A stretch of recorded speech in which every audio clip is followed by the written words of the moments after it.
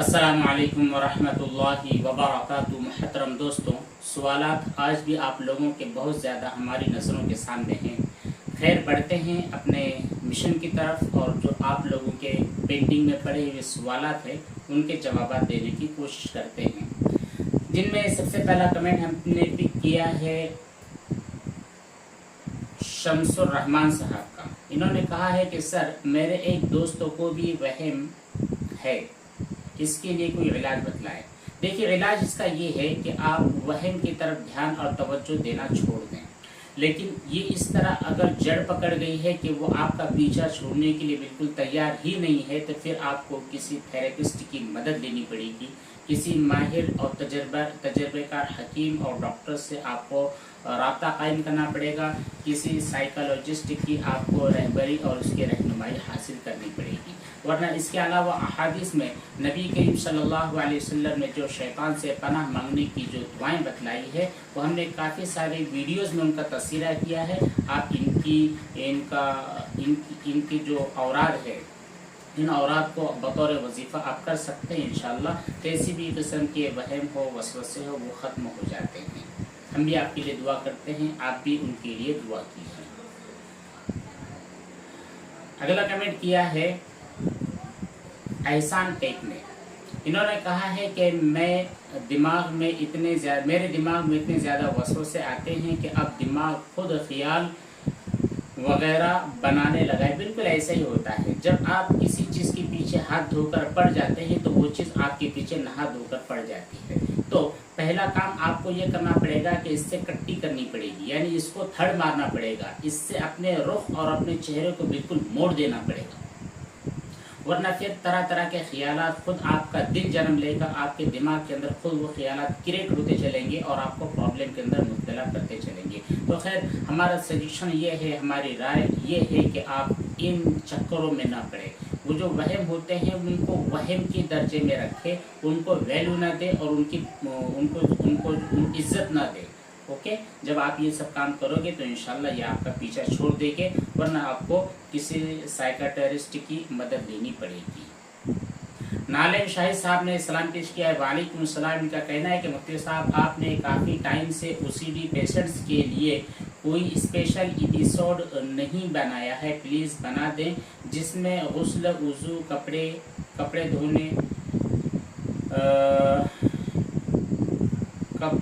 धोने वाले छींटे, उड़ने वाले छींटे शामिल हों। मैं ओसीडी पेशेंट्स हों, please pray for all OCD patients. Allah तबारक ताला से दुआ है कि ये जो जितने भी पेशेंट्स हैं, ओसीडी के जितने मरीज़ हैं, अल्लाह तबारक ताला उन्हें सेहत और शिफा वाली तवील ज़िंदगी नसीब फरमाए। देखिए, इनके लिए हमेशा एपिसोड्स बनाने की ज़रूरत नहीं है।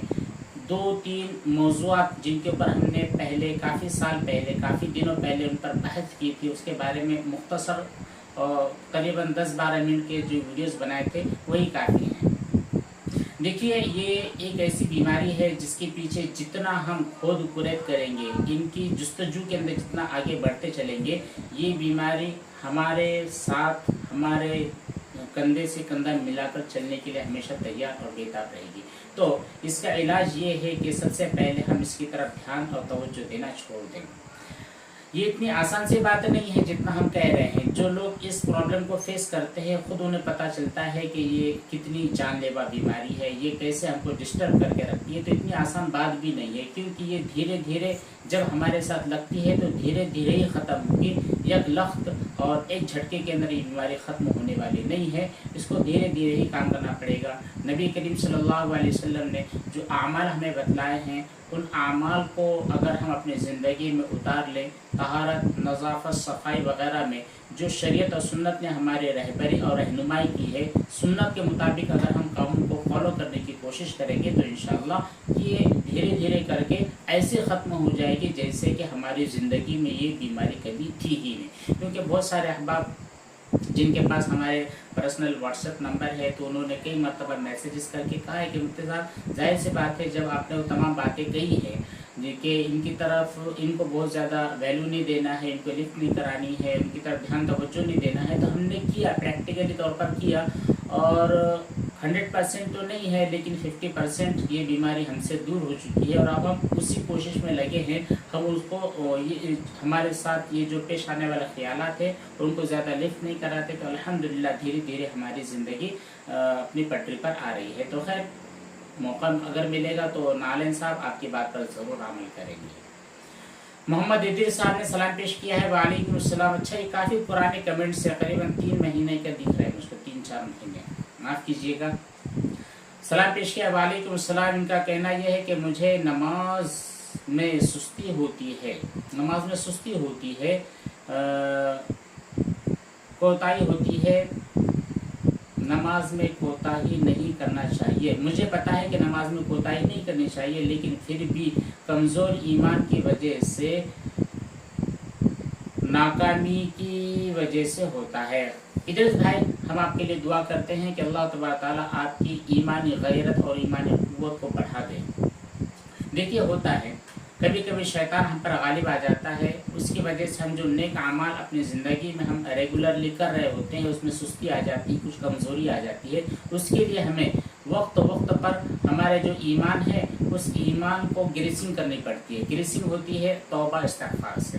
نبی کریم صلی اللہ علیہ وسلم نے فرمایا انی لاستغفر فی اليوم اکثر من 70 مرۃ۔ آپ صلی اللہ علیہ وسلم گناہوں سے بالکل پاک صاف، آپ سے گناہ کے سرزد ہونے کا اندیشہ بھی نہیں کیا جا سکتا، پھر بھی آپ کا معمول یہ تھا کہ دن بھر میں 70 مرتبہ سے زیادہ توبہ استغفار کیا کرتے تھے۔ تو ہم گناہوں کے پتلے ہیں، ظاہر سی بات ہے جب ہم گناہ کرتے ہیں، بہت سارے گناہ ہم سے لگاتار ہوتے چلے آتے ہیں، تو جو ہماری نیکیاں ہیں وہ کہیں پر دب جاتی ہیں، ان کے اندر جو تپش ہوتی ہے وہ تپش ذرا دھیرے دھیرے پڑنے لگتی ہے، اور ہمارے اندر اعمال کی جو اسپرٹ ہوتی ہے وہ اسپرٹ کہیں نہ کہیں کمزور ہو جاتی ہے۔ تو اس لیے بھی ہمیں معمول بنا لینا چاہیے کہ دن بھر ہم کثرت سے توبہ استغفار کریں، استغفر اللہ ربی من کل ذنب واتوب الیہ 70 مرتبہ 100 مرتبہ پڑھنے کی عادت بنا لے۔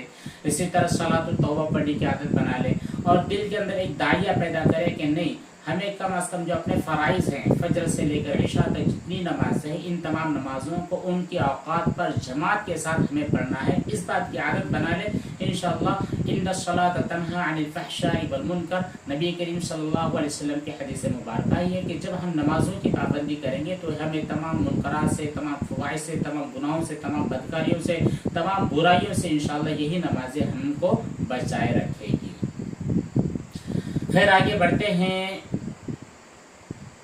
اردو ناولز، سوال کیا ہے آپ نے کہ اگر وضو یا استنجا کے دوران ویجائنل ایریا کے قریب کچھ سفید ذرات جو کہ مردہ جلد یا پھر دیگر قدرتی رطوبتوں کے خشک اثرات ہو سکتے ہیں باقی رہ جائیں اور ان پر پانی بہا دیا جائے مگر اپنی جگہ چپکے رہیں، تو کیا وہ پاک شمار ہوں گے یا انہیں مکمل طور پر ہٹانا ہوگا؟ اگر استنجا کے بعد ناخن کے نیچے یا پھر کنارے پر کچھ ذرات جو کہ مردہ جلد یا دیگر قدرتی رطوبتوں کے خشک اثرات ہو سکتے ہیں باقی رہ جائے اور ان پر پانی بہا دیا جائے مگر اپنی جگہ چپکے رہ جائے، تو کیا وہ پاک شمار ہوں گے یا انہیں مکمل طور پر ہٹانا ضروری ہوگا تاکہ طہارت مکمل ہو سکے؟ اگر ناخن پر یہ ذرات باقی رہنے کے بعد کپڑوں کو لگ جائے تو کیا کپڑے بھی ناپاک ہو جائیں گے؟ دیکھیے پہلی چیز تو یہ ہے کہ جو چیز لگی ہے ہمارے ناخن کے نیچے یا پھر شرمگاہ کے کسی حصے کے اوپر اگر وہ نجاست باقی ہے تو اس نجاست کو ریموو کرنا ضروری ہے۔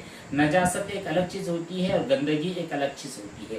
اگر وہ نجاست ہے، واقعتاً اگر نجاست ہے تو نجاست کو ریموو کرنا ہے، لیکن نجاست نہیں ہے، میل کچیل ہے، کچھ دھول ہے، مٹی کے ذرات ہے، تو پھر ایسے صورت میں اگر پانی وضو اور غسل کے دوران پانی اس مٹی کو چیرتے ہوئے اس کو پار کرتے ہوئے جلد تک پہنچ جاتا ہے تو ہمارا غسل اور ہمارا وضو درست ہو جاتا ہے۔ پھر بعد میں کپڑے وغیرہ پہ لگ جائے، ڈسٹ ہوتی ہے، اس کے لگنے کی وجہ سے ہمارے کپڑے بھی ناپاک نہیں ہوتے۔ تو دو فرق آپ اچھی طرح سمجھ لیں، ایک ہے نجاست، دوسری ہے گندگی۔ گندگی جو عام طور پر ہوتی ہے اس گندگی کے ہونے کی وجہ سے آپ کی نماز کے اوپر کوئی اثر نہیں ہوتا ہے۔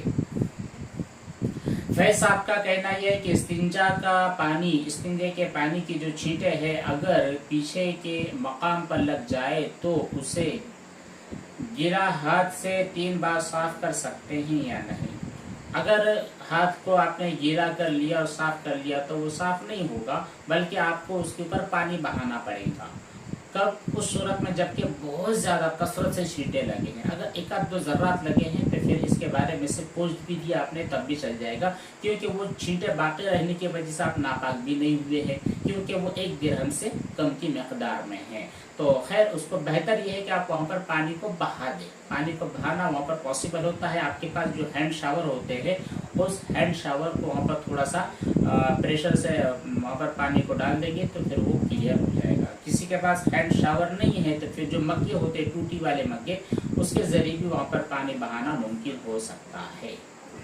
सारा खान ने सलाम पेश किया है, वालेकुम सलाम। इनका कहना है कि मुफ्ती साहब मेरा सवाल ये है कि अगर फुल्ली ऑटोमेटिक वॉशिंग मशीन में 3 बार कपड़े पानी से धुल गए बट फिर भी थोड़ा सा सर्फ या सर्फ का फेना आ रहा है तो क्या कपड़े पाक हो जाएंगे या फिर उन्हें फिर से धुलना पड़ेगा? प्लीज़ रिप्लाई कर दीजिए।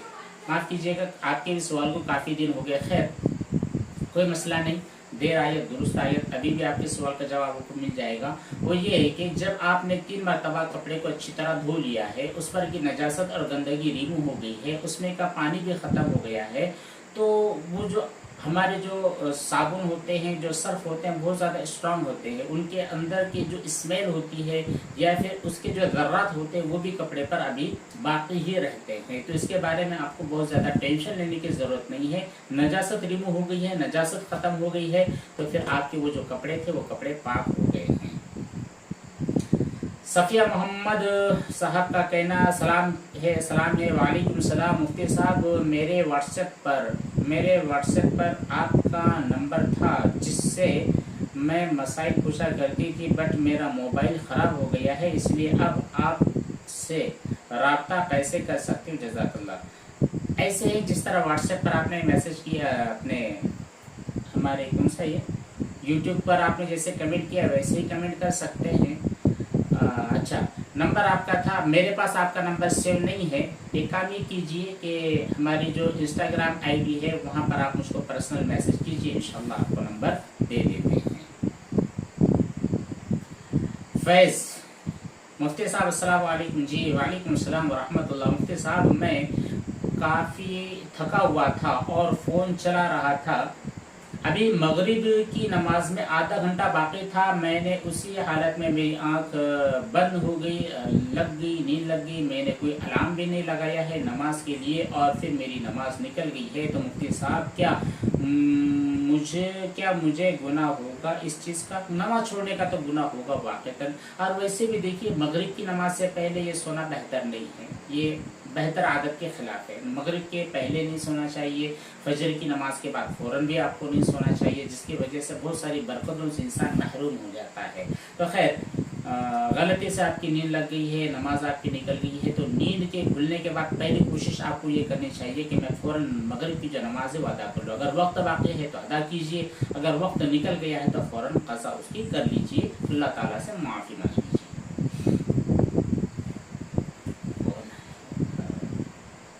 पटेल हुए साहब ने सलाम पेश किया, वालेकुम सलाम। इनका कहना ये है कि अच्छा आपका भी कमेंट काफ़ी पुराना है, 3 महीने पुराना है। जी माफ़ कीजिएगा, मैंने गलती से 2 साल पहले मस्जिद में नजासत वाले पैर ले कर चला गया था। वज़ू करने में जो कारपेट होती है वो गीले होते हैं, उस वक्त मुझे इल्म नहीं था कि नजासत ट्रांसफ़र होती है। फिर वो मस्जिद के अंदर मुझको लगा है कि मस्जिद में लोग चले जाते हैं तो क्या पूरी मस्जिद का कारपेट नापाक हो गया है? अभी मुझे क्या करना चाहिए? मैं बहुत ज़्यादा परेशान हूँ। मोहम्मद वैस भाई देखिए, आपको कुछ करने की ज़रूरत नहीं है। देखिए जब हमारे पैर गंदे होते हैं, जब हम टॉयलेट से वॉशरूम से आते हैं और आने के बाद में वज़ू खाने पर जाते हैं, वहाँ पर वज़ू करते हैं, पैरों को धोते हैं, उसके बाद कारपेट से होकर मस्जिद में गुजरते हैं, तो ऑलरेडी हमारे जो पैर है वो पाक हो चुके होते हैं, इसलिए बहुत ज़्यादा टेंशन लेने की ज़रूरत नहीं है, कोई भी चीज़ नापाक नहीं हुई है। जुनैद